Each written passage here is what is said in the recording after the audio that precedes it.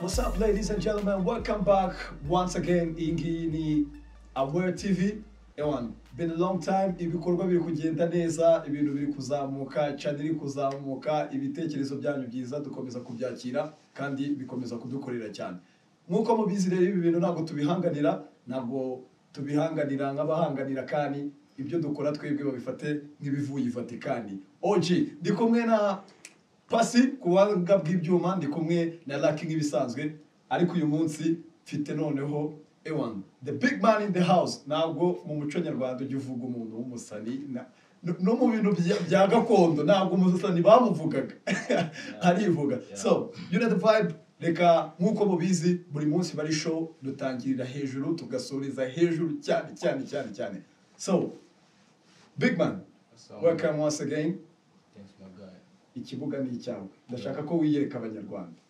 Uravuga uti Stanson official mageze barabizi, nica beat nyegiraho nshinze, Jesus Christ mu majyepfo barabizi, kuva east to the west barabizi, ndabikora nawo babikunda, ndabikora paka bakungureze bakumva, bapitisha zazi bahate bazisunda, ejo nibagaruka tisubiramo tumva, kuza bwo basaza kandi babyigana, basimbuka ipangu kirenga umufana, sinshaka izo kangu mwiza kubyizana, izi biciro byizana basigirigara, niga step once maze njye bikora twice, ndici niga yose ngira mu ruhande. Stanson official my guy. Stanson official, big man in the house kabisa. Tukaba tumwakiriye kabisa. Big man, welcome. Welcome. Ahangaha ni mu rugo rw'abasani, ni mu rugo rw'abartiste. Ewana, umunyabugeni wese kabisa. Hano ni mu rugo kabisa. You know the vibe. Much respect my guy. Yeah man. Stanson. Reka mbanze ngubaze ngo bimeze gute. How is it muri Aware TV? Ibintu ndabona ari neza byataye ku muteguro. Yeah, kabisa. Yeah. Ndero turi kumwe na Stanson ku mbuga nkoranyambaga, ndashaka tubanze tubwira abantu babashaka gukurikirana ibikorwa byawe mbere na mbere babikura. Ushaka kunkurikira first of all, jya kuri IG yanjye kuri follow Stanson of course, jya kuri YouTube channel yanjye kuri subscribe, jya kuri audio mark yanjye ukore follow everywhere I'm around bro. Hose witwa Stanson? Yes, hose ni Stanson official. Stanson official. Apart from IG, Stanson of course. Stanson of course. Yeah. Big man. Yeah. Njyewe rero maze iminsi ntabwo ari igihe kirekire sindi bubeshye, ariko maze kwitegereza bimwe mu bikorwa byawe. Stanson, ndashaka gato kuko hari benshi baba tureba bashobora kugukuraho inspiration ibintu bigiye bitandukanye, sibyo? Kuko mu bintu byose tubamo yaba industry, mbere na mbere ikintu cya mbere tugenderaho ni education. So kugira ngo twedicating abantu, ndashaka mbere na mbere mbanze mubaze, ese winjiye muri industry ryari? Industry nayinjiyemo 2016. Nicyo gihe cya mbere nabanje kwiyongoza ibintu by'umuziki. Bigenda bikura ariko at that time ntabwo nabigiraga ibintu biri big deal, kuko nari nkiga nari narabigira ibintu biri real. Nangiye kubigira ibintu biri real muri 2019 ndumva kuva 2019 no say 2016 ntabwo wari ufite ama production arimo ndetse nakomeye kwa ama production menshi twagiye dukorana n'abaji, nagiye muri high vibes, kora muri Kongwe, ama project hari menshi n'ababush. Ntago nari nawe kabifashe nk'ibintu bya real, kuko nari nyiri kwiga ntabwo nari nakabigira ibintu bya seriye, ariko after 2019 nibwo natangiye kubijyaho nkavuga uti iyi ngiyi niyo career. Uba winjiye ubanza kuri kuva 2019 ni imyaka itatu maze gukoramo project mita ninjira no muri activity. Ubu ngubu mita ninjira muri activity. Ese ni igihe kingana iki? Okay, ni imyaka itatu, ibyo byo ndabizi. Ese ni ibikorwa bingahe umaze gushyira hariya dushobora kuvuga ngo ese afite album, afite ama EP, afite indirimbo zingahe, kugira ngo umuntu dukurikiye muri aka kanya amenye ngo Stanson ibikorwa bye ni ibingibi mu myaka itatu? Ama EP arahari, mfite EP ebyiri. Hari EP mfite bita Singi One. You know the vibes in your My music. guy. Yeah. You know. Since you have to go and look for that EP. Yeah. Ntabwo iri kuri channel yanjye at least kuko nari nakubwiye ko nakoranaga na gang mbere. Yeah. Twaye na high vibes nkorana na Congo gang nkorana na Chris Guns. Urumva iyo EP sinzi iwanyu iri kuri Congo Music. Yeah. Mfite n'indi bita barabizi kabiri kuri channel yanjye. Yeah. Nayo niyo EP mvuga ati yari inyuma gatoya. Ndumva ariza ariko mfari n'izindi ndirimbo ziri ku ruhande kuva muri iyo myaka ntabwo nigeze nicara nubwo nari ku ishuri nyine narasimbukaga igipangu cyo ku ishuri nkagenda nkajya gukora umuziki nkongera ngasimbuka ngasubira mu ishuri. Zirahari nyinshi kabisa kuko ntabwo nakibuka indirimbo zose nagiye nkora ariko zirahari. Zirahari for real. Indirimbo zo okay ntabwo z'umubare ariko ni nyinshi. Zirahari bro. Ni nyinshi. Narakoze cyane. EP ebyiri umaze gukora EP ebyiri harimo imwe iri ufitiye copyright yawe harimo indi iri kumwe na gang. So ndashaka kumenya ibi bintu waba warabigiyemo kubera like ni njyewe ku giti cyanjye cyangwa nukubera ko gang mwari muri kumwe yari ari cyo kintu yakoraga? Passion. Ibi bintu ni passion ariko urabyumva ugitangira ntabwo umutwe umwe wigira inama you know that. Ngitangira nyine muri biriya bihe byanjye nashakaga kumva najyana n'abandi tukagenda twungurana inama nkumva uko babikora nanjye nkajya mu nzira ya nyayo. Ntabwo ngiye nigeze mvuga uti mbonye umuntu agiye muri studio nanjye reka njyeyo kuko ntazi byari byo. Man I did this ibintu narabikundaga byatari. Nafashe time yo kuvuga uti reka njye stu vuga uti ni njyewe nta muntu nyoheje ngiye ku bwanjye ku giti cyanjye producer mu beat ndi coding ku giti cyanjye. Ntabwo ari ibintu byo kuvuga ngo kigare no. Okay. Good man. Good kabisa. Reka noneho mite ninjira mu kazi by'ukuri. Ndashaka kumenya kugeza ubu ngubu umaze gukora indirimbo nyinshi umubare wo nitwawujyamo umaze gukora EP ebyiri kugeza amagingaya. Then ndashaka kukubaza kugeza amagingaya project wowe ku giti cyawe uvuga ngo this project ngiyewe narayikoze kabisa nanjye ubwanjye niyo wambaza ngo nkumurikira ibikorwa byanjye iki nicyo naheraho nkwereka niyihe best project yawe? Ndashaka ku giti cyawe best project yawe. Best project yanjye nakoze nkumva ndishimye byataye kanashimisha. Ni projet iri kuri EP bita barabizi nanone akaba nayo title indi ya EP ni indirimbo yitwa barabizi akaba na title ya EP yanjye. Iyo projet niyo nakoze nkaba no kuri recording nkumva ndabyishimiye nka shooting nkumva ndabyishimiye.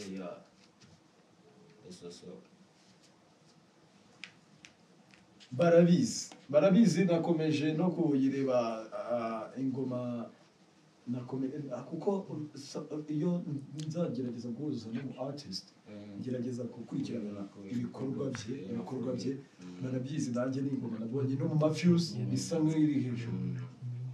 Mbere yuko ninjira noneho mu kazi kuko ahangaha you know the vibe ni show. So ndi kwibaza wambwira ese Stanson kugeza amagingaya uyu muziki kuko hari umuntu udukurikiye ushobora kuba afite inzozi zo kuzaba umunyamuziki. Umuziki hari ikintu umaze kwinjiriza Stanson kugeza amagingaya? Ubu ngubu tuvugana ntabwo wakora ikintu kitaguhereza inyuma. Waba urimo urabarayinariye kandi nanone niyo waba ukunda ikintu utakibonamo akamaro for real bro. Iki gihe turimo ntabwo turi mu gihe kisaba kwicara hamwe turi kwiruka. Niba ubona ibintu bidafite akamaro bivemo ugende.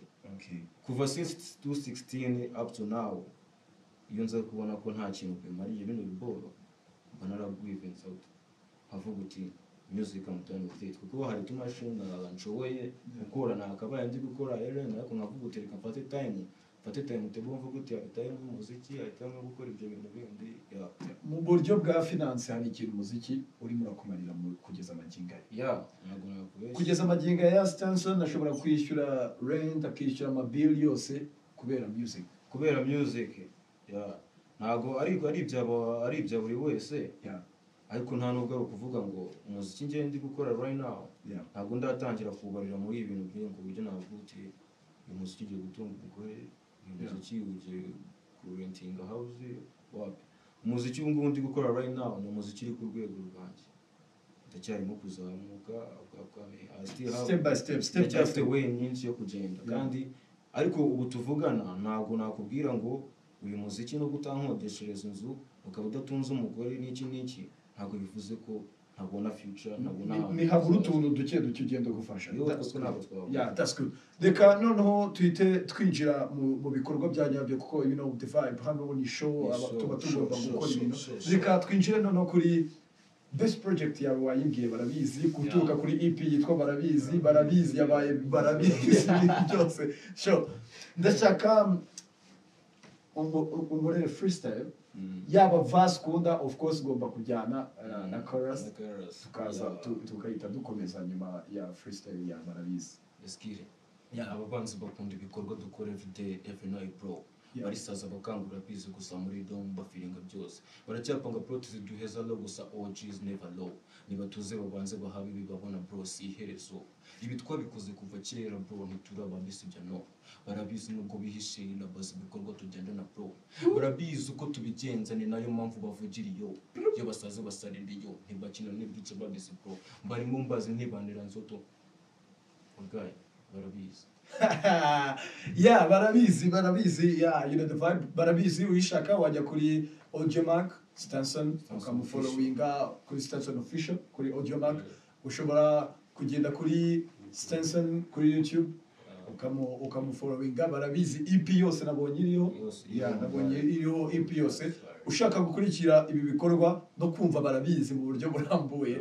over I tell you this guys is so lit kabisa ndi gukomeza ndagira ngo tuganire ahangaha ntabwo tuba turi butinde mu bibazo cyangwa twizinde mu magambo cyane tugomba gucishamo ikibazo kubera ko ibi bintu no kwedicatinga no gutanga message runaka sibyo mbere na mbere Stanson nagize akabazo k'amatsiko buri muntu agira umuntu ashobora kwireferaho umwana ukina umupira ashobora kuvuga nkunda Cristiano nkunda Messi niwe idol wowe muri injyana muri industry muri rusange nta muhanzi waba warakwinspire wenda mu buto bwawe kuvuga ati this guy yakoraga ibintu nkumva nanjye nshatse kuzaba umuhanzi one day je nakuze nikundira abarara bo hanze byatari nakuze nkunda kumva indirimbo za Miguel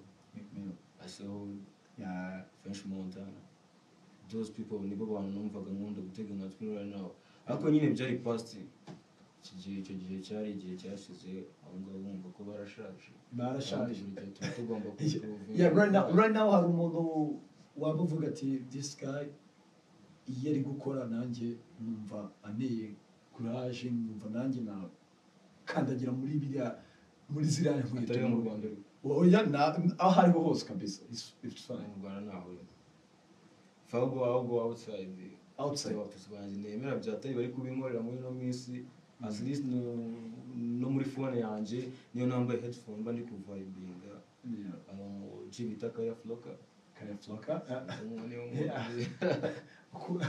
amo bita dita amo bita feel your foreign those mine our dreams now both now people upcoming nabizi ko abantu benshi batabazi ariko for real nabaji bari good byatari kandi bari gukora music iriho nawe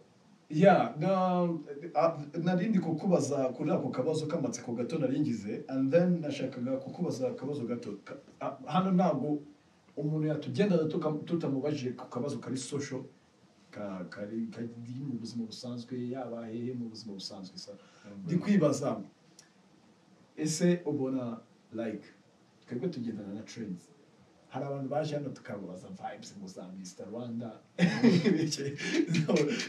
and ndi kwibaza Chogam ndi kwibaza hari abantu bari kwibaza ngo Chogam gisize iteye ubwoba abantu isize iki kuri wowe Chogam ku gihugu wenda inyugu turazizi sibyo ese wowe Chogam ni irihe somo igusigiye Chogam isomo isigiye so my guy also Chogam mu gihe cyazo kibi isomo isigiye uko Rwanda harimo umutekano my gosh mu Rwanda hari umutekano Yeah. iyo utari ubizi njye nabibonye muri cogamo Yeah. nyine biragaragara ahantu hose ariko umujyi uri clean ibintu biri clean umutekano isuku kino cyumweru kugenda gake mu kugenda nk'uri kugenda ku mahwa none se ikiza si uko twabikomereza abo buriya biriya bintu se babiteraga se ko bagiye it's fine yeah narindi kuvuga noneho kubera ko ahangaha you know tuba turi kugenda tuganira kuko icy'ingenzi ni talent zikiri hasi zirimo zirazamuka ndi kwibaza hari project runaka waba uri gutegura muri ino minsi project zo nk'umuhanzi ufite ahantu upanze wawe nka time ugahita ukurayo nko muri boutique wowe ufite ahantu boutique muri stock washaka kudropinga ugahita winjiramo ugahita ufata byanga byakunda ibikorwa birahari ese kugeza amagingo ufite label no uri kwikorana ku giti cyawe ntabwo ariko nayibuze ariko wapi ese kwikorana byazagufasha byazatuma utera imbere ko nagiye mbona abantu benshi kugira ngo bagere hejuru ari uko baba bafite support y'abandi bantu kwanza nakubwiye ko nakoranaga na gang ukoranaga na gang hari impamvu ntagikorana na gang nsigaye nikorana ku giti cyanjye ari nayo mpamvu nkashaka ba bantu b'ibintu baza badafite gahunda yego nk'ubuntu ufite gahunda aho ngaho dufite gukorana label ni nziza nanjye ndayishaka ariko label z'aho ngaho ni birebire tugiye iby'amarembo noneho narindi kuvuga ese ubu ngubu wowe ku giti cyawe hari kuko reka tuvugishe ukuri uyu muziki ni business njye mu by'ukuri numva ko abantu benshi cyane cyane aba upcoming artists mu buryo buri financial siniyumvisha ko wowe waba uhagaze ku rwego rwo hejuru cyane ku buryo wahita ugira njyewe yasaga nka advice nshobora kuba natanga kuri industry umuntu kugira ngo agire intambwe atera ikiza si uko yaba afite abamusapotinga of course ikintu wavuze nicyo gahunda hari umuntu uza akamera nk'uje kugutera umwanya tu ariko umuntu afite gahunda it's fine man you can go kuko hari umuntu ushobora gutera ubwoba agahita agira ubwoba bwo gukoraboratinga n'abantu ugasanga bitumye akavuga ati sha hari umugenge nabonye kuri awa TV witwa Stanson avuga ibi bintu ngiye ibintu bya ziboro narahabye ntabwo ari kuvuga guhaba iki ntabwo nanze management cyangwa label ntabwo mbyanze ariko njyewe izo nagiye abo tumaze guhura for real abaye ariko bose bameze ni cup yahuza it's fine Stanson nkuko ubizi you know the vibe hanga ni show tuba tutwika twirukana cyane nta muntu ujya uncika hano cyane cyane iyo ndi kumwe n'aba rappers cyangwa se undi munyabugeni waba ushushanya ugomba gukira hariya ntabwo wangendana ntibibaho kirazira cyane noneho hano mfite beat mfite na headset hano ndashaka ubanze uyumve neza then tumanuke wambwiye ko boutique iba yuzuye nizere ko ufite ikintu muri store kabisa let's go yo look uburyo nashe bose babwinga bose bavuga yuko utayenza daburize banze nk'ababwiza nkora nkatimbura maze nanjye nkinjira game nabibakanika nibasaga uburyo stanza kiri bicu nkava underground pop akapagwa nkiyomora kumanika shaka yuko nanjye nta kiri bicu kari genga dushoboye umva nawe rap ndi isasu ndakora amaform maze nigasiga hunga rap ndayitwara nka runwe nyubgaye nagira hakata nkayikata nka Ferrari mfite vora Tuesday nkora no stop niga mfite byinshi byo gukora bro acha wacha kile flow numimere denza komeza nguye paka wandi mukutotse we yo paka mukutotse akandi yo let's go wo bro ese ufata nkante yubona ntigitaho hanze niruka ku byanjye kashuga zisiko byancanze zisiko nahawe zisiko izabarizo zanjye zirishuka cyane muramenye vuba aha cyane ese ufata nkandi ubundi shaka mbikora ukwanje ukapanchika guha amavaso ukiguda mu nyenzo gusize wakibida hano nge nzira gusibida mwiza mujye sinuza ninjida nijye bakura kwa nyina nkabikora paka na panchika. You know the vibe. Big man. Yeah. Thank you very much kabisa. Ewan. Abantu ndabizi muri comment ndashaka mu rating kuko ndashaka mujye munambwira se umuhanzi wanje kuko mushobora kujya mu bireba gusa mukicecekera.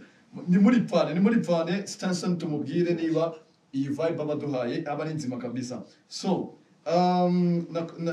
bikomojeho social media platforms umuntu yagiye kugenda sibyo of course tugomba kongera tugatangaza ibikorwa bye ushaka Stanson kuri YouTube ni Stanson official kuri Instagram Stanson of course kuri Audiomack Stanson official Stanson inama nahita nkubwira Spotify turagukeneye ni imbere cyane nejo mu gitondo Spotify tugukeneye kuri Deezer ari umuhanzi wanjye uri muri buhanga bwa tekinike ari umunsi umwe umuntu nzamukura inyuma ya kamera muzane hano nk'abantu ari umuntu nzakura inyuma ya kamera bitemo bateza yarambwiye garashaka kuza hano ngo ibintu byose nawe yaramaze kubishyira nawe ndagushaka hariya kabisa platforms zose kabisa yeah ndashaka noneho tuhite dukora iyo nakita close up freestyle yo kugira ngo usezere hari uburyo umusani asezera nk'uko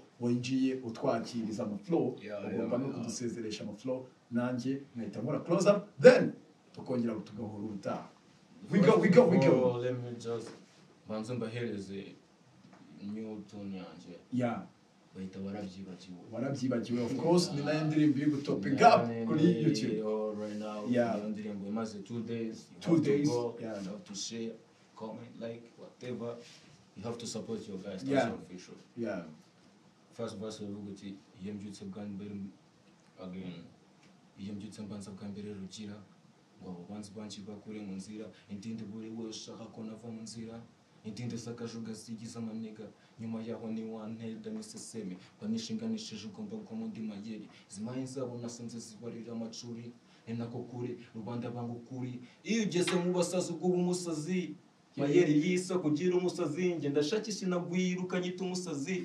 guzabumbwira n'umuntu ndimo niha nibunega iminsi warabyibagiwe nibunziza ukundi warabyibagiwe nimugira ishyamba warahobagiye kuko akabi naho kajyaje narisariye niba utavuga kashabye aho wapowa aho si sawa ndimo nshaka power ndimo nshaka iposho najye naye nk'umupapa the big stepper the real dream chaser bitch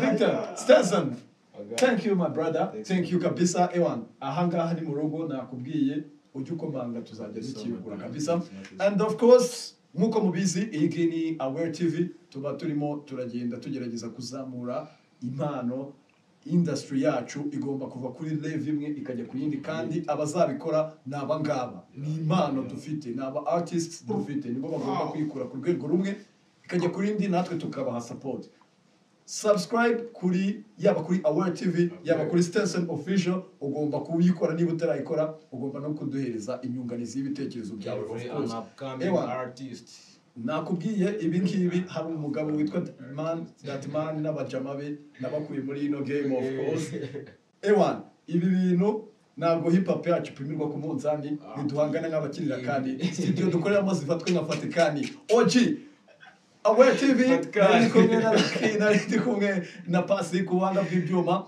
ewan stay tuned iyi ni Aware TV of course turabashimira cyane kubw'inkunga yanyu ikomeye mukomeza kudutera see you next time this was the Aware TV Stanson official my guy see ya